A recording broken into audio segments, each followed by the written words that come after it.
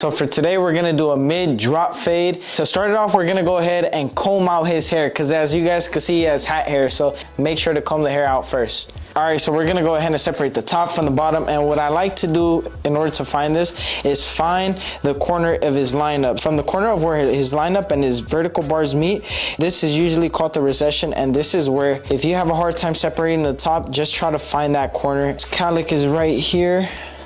So brush that down, brush this over. Don't force the hair. If it wants to go back, let it go back. It doesn't have to be a perfect line. So spray a little bit, not too much. One finger behind the comb and boom, find the recession. Now brush that to the side, use the back side of the comb to flatten that out, and now you get a nice section. Pin that up, boom. All right, now we're just gonna clear it out with the 4. I'm gonna place my comb here so the hair can stay still and just flick.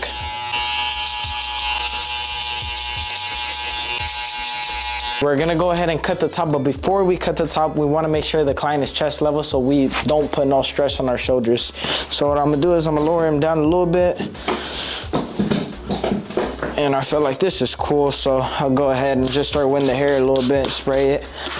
Make sure you're not stingy with the water because if one side is drier than the other side, when you go ahead and cut it, that's the recipe to uneven cut. We're gonna chop off this much.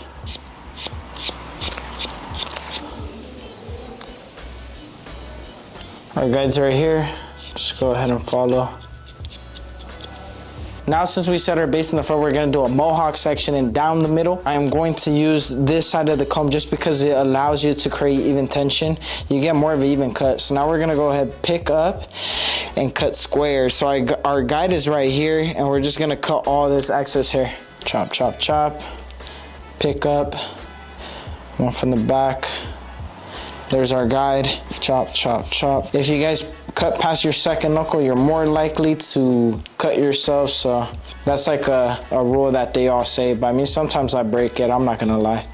Now, once you finish that column, what you're gonna do is, there's no right or wrong way, it's just whatever way you feel more comfortable. And I feel like this one just makes more sense. Like, check this out. You're gonna split it down the middle, right? And since we already created that length down the middle, all we really have to do is boom, boom, and match that, right? And now for the second section, look up. We're just gonna go ahead and come here, fingers length, push that excess hair to the front, and then pull up, and then boom, our guide's right there. And we're just gonna go ahead and do that all throughout the top of the head. So we're gonna go ahead and start off this haircut with the 1 guard. Wherever I place this one, that's where the darkness is gonna begin, right above it. To close in 1 notch just because I feel closer, so it helps me finish a little faster. So once I do 1/4 of the side, I like to do the other and leave the back for the end because it just helps me be more symmetrical. A lot of people don't have a barber eye, but what they can notice is if the fade is crooked or not. So make sure your lines are straight. As long as your haircuts are symmetrical, your client's more likely to come back. So now we're gonna go ahead and connect the back. And this is what helps me get a symmetrical line every time. I found it being better than just going around all at once. Now we're gonna go ahead and smack on our 1.5 guard. We're gonna close the lever 1 notch as well.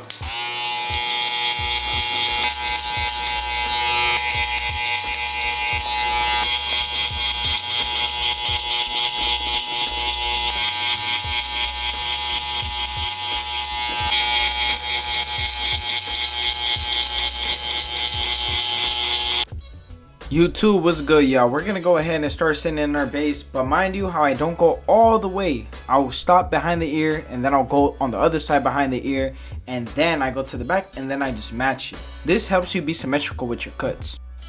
Followed up by a 1/2 inch with the lever open. Before I go more in depth into this haircut tutorial, not only is it good to know the steps, but also pay attention to my offhand. Pay attention to the way I hold the clipper. Barber mechanics is just as important as it is as knowing the steps. If it ain't making sense right now, don't worry. In the beard portion of this haircut tutorial, you'll see what I'm saying. So now that we cleared the panel, we're gonna go ahead and grab our half guard and we're gonna flick the lever up a little bit. And why do I do that? Because I feel like it cuts a little faster, so I could just breeze through the cut. So now we're just gonna go ahead and go another 1/2 inch all around the head.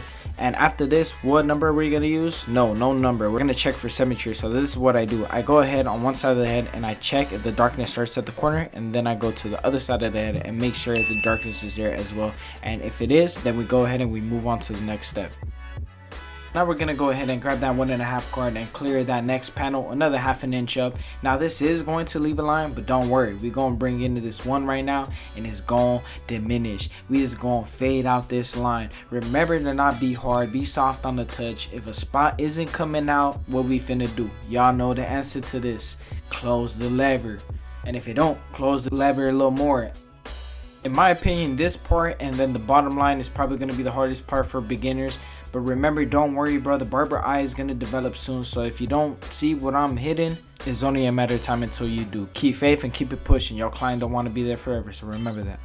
Last but not least, we're going to go ahead and delete that bottom line. We're going to go fully close and we're going to be light. And we're going to do 25% of the front, 25% of the back, and then connect it together. Just because I feel like that helps me with my drop fades. Right here, we put the lever halfway. And this area right here, the little mastoid area, is probably going to be the part where you are going to have to lever play. So I'm going in between, like halfway closed. I'm playing with it because it's where the fade connects. So you got to be surgical right here in this little area. All right, y'all, now we're fully open and we're just going to go ahead and bleed every section into each other. Right here, you probably are going to be able to see a little better. Right here, I'm fully closed, and then I stop behind the ear, then I go halfway, flick up a little bit. I'm light with the touch. I'm like covering, I'm flicking. Y'all can see, using corners for sure. And then I stop behind the ear, then I'm gonna go fully open right now. I'm working out this panel first. And just a reminder, in between all these steps, you could go close, halfway open, and it still won't look faded sometimes. You're gonna have to get in there, break the rules a little bit. Remember, as easy as it sounds, if something isn't coming out, you gotta close it up a little bit and then flick at it, look at it. This is where the art in barbering comes to play.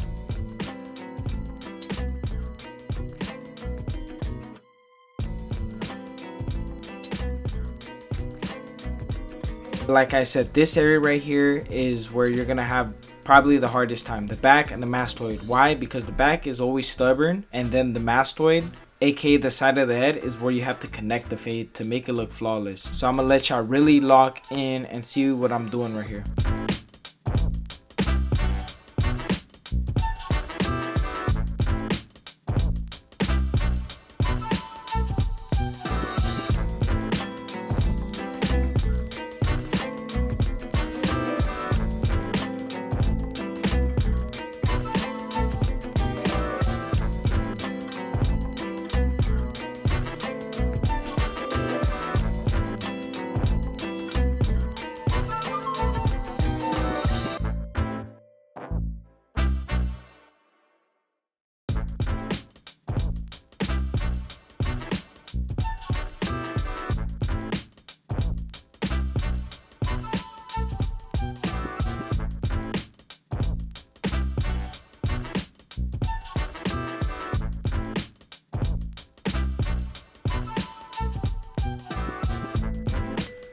So after my clipper comb sessions, I always love to go in with the thinning shears because the clip leaves the hair a little jaggedy. So what the thinning shears does is kind of smoothens that transition from the fade to the bowl flawlessly.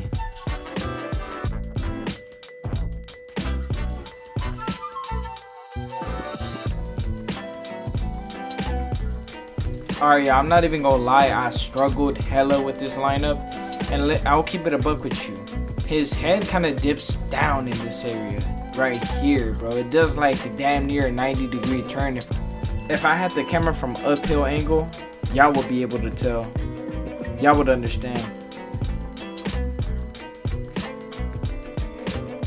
So I wasn't too sure, so I downplayed everything. So wherever I thought I should place the lineup, I did a little lower just because I want to be safe than sorry. I could take off hair, but I can't add it back. So that's why I'm going in, that's why I'm going out, that's why you see it. But I'm not going to skip that and act like I'm perfect. I'm going to show y'all, I'm going to tell you the truth. This was the challenge. This side Y'all can see that little bulk, and this is how we're gonna get rid of it. You know, be sure to section off the hairline away from the side of the hair, because that's the only way you mess that up. Whatever shouldn't be part of the lineup, you go ahead and you snip it. You see how I left that little piece? Now I go in with the trimmer. Same thing on this side. I'm gonna line it up and watch. There's gonna be a little piece. You see that little piece? That's not part of the hairline. Or, oh, I guess it was. Alright, so that's part of the hairline, but that little piece on the side, y'all can see how there's a little chunk. You see, now I'm not going to hit that. That's what I'm talking about. Now we're going to go ahead and chop that off. Then shear a little bit just to make it a little smooth. And then boom, freshen it up. This is what I mean by I struggle with this lineup. Just because it was a lot of work, it was a very surgical lineup. If you are struggling with turning off the beard lineup, go ahead and line up the C cup first. What this will allow is a better visual of where the sideburns will naturally meet with the beard. For the lineup behind the ear, I make sure to make it obvious right here with my hand motion. Boom. That's all you really have to do in order to get a clean lineup back here. Hand placement. This is what I meant by earlier in the video when I was talking about look at my hands. As long as you know where to place your hands, how to hold the trimmer, you're really set. To begin the mustache lineup, I always tell my clients to make this facial expression. After that, there should be an initial guide left, and we're just going to go ahead and connect the sides to that line that we did prior.